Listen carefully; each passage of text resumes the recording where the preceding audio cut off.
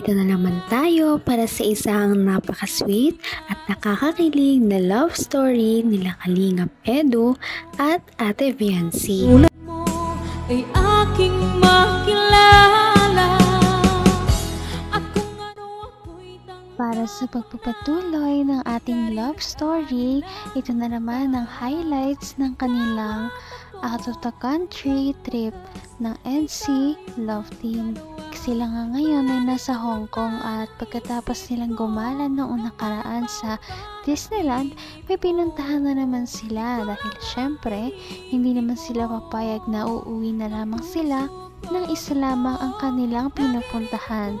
Kaya naman may pinuntahan na naman silang bagong tourist spot ngayon sa Hong Kong. At dito, napakarami na naman nilang mga binuong memories at lalong-lalo na ang mga kilig moments. Ano na kaya ang mga nangyari dito?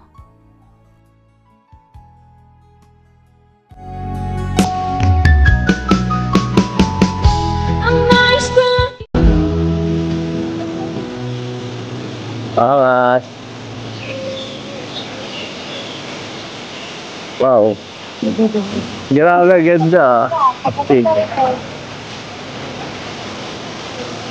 Ano, sana masaya ka.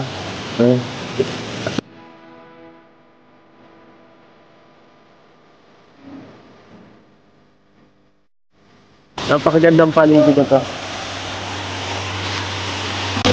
Grabe, sobrang ganda dito. Sobrang ganda dito. Ako lang ba o parang mas lalong gumaganda ka rito?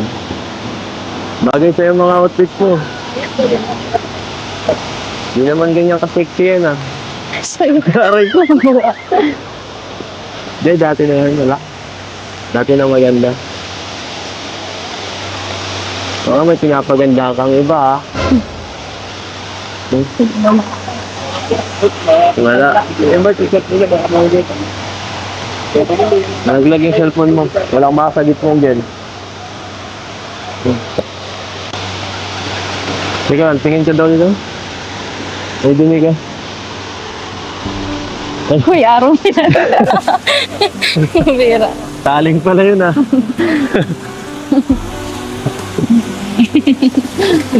kung ano ako'y tanggap mo na hindi ka rin nag-alinlangan pa. Grabe naman talaga ang pagpapakilig ng NC Love Team. Hanggang Hong Kong, abot na abot talaga ang kilig dito sa Pilipinas. Kaya naman nakakakilig dahil nag-holding hands na naman ang dalawang ito. Ikaw lang ang tinitipon. Uy, araw nila. Bira. Taling pala yun ah.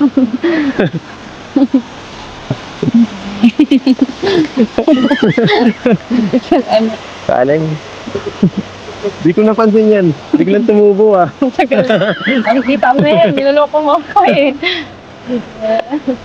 Simple ka. Bagay na bagay oh.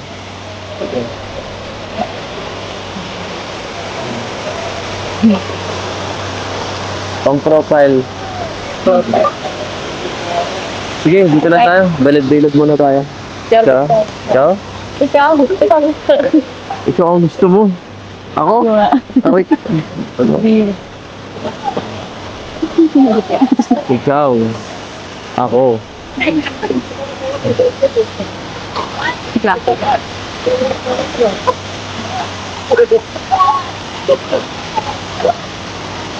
Ganda. Ikaw at ako.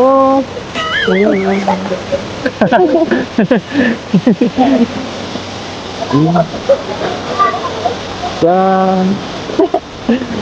aking mundo ay papaka saya.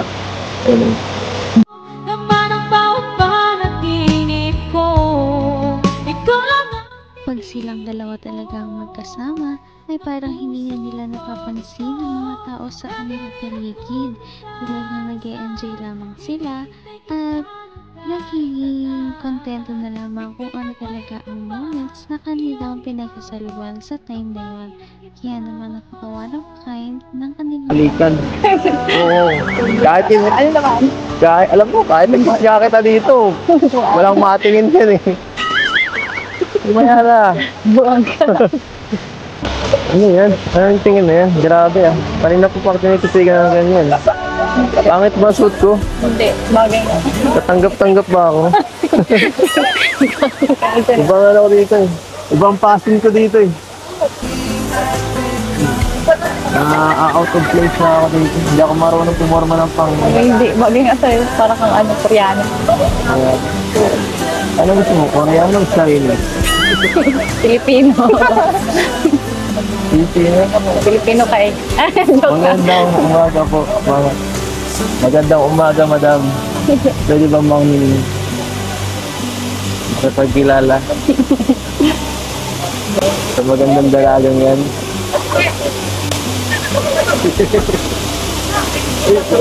Uy, grabe oh. Hinuholding hands mo ko, kakakilala pa lang natin. Ano ba yan?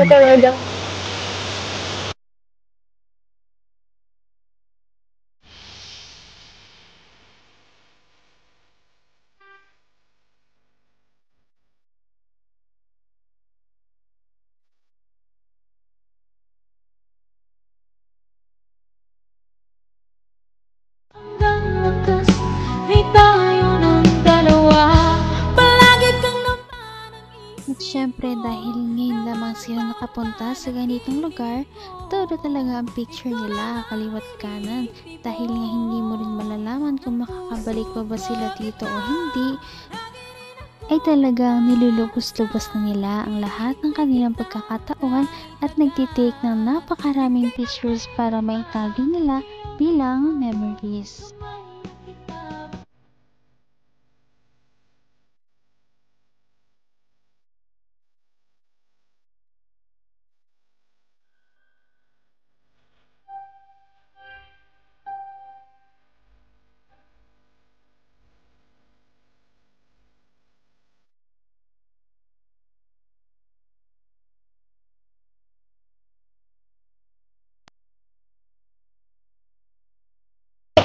Ganun yun eh. Ate kayo po yung tita ni Bianciano po. Ay, opo. Kumusta naman po? Okay lang po. Kumusta naman po si Bianci para sa'yo? Ano masasabi niyo po sa kanya? Sa mga achievements po niya ngayon? Ay, ano po. Proud ako dyan, Kalingap, kasi at least po, malaki po yung improvement niya ngayon. Nakakatuwa po yung mga nangyayari sa buhay niya ngayon eh. Parang, yung sobrang nakaka-amaze kasi gaya nito, nakarating siya dito nang dahil po sa inyo. Nakaka-amaze po.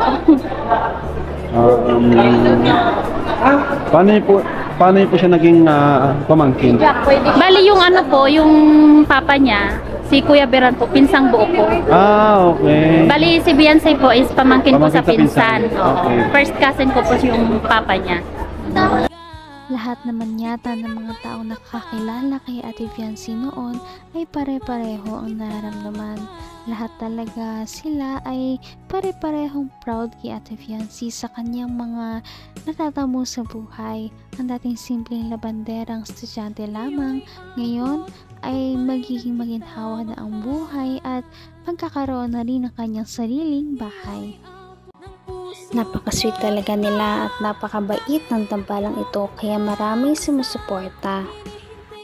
Kaya naman sana ipatuloy natin silang suportahan at mahalin si Bianci, si Kalingap Edu at ang Kalingap team. Yun lamang at maraming salamat sa panonood. Abangan natin kung magkakatuluyan ba talaga si Kalingap Edu at Bianci. Hanggang sa muli! Bye! ngayon'y abot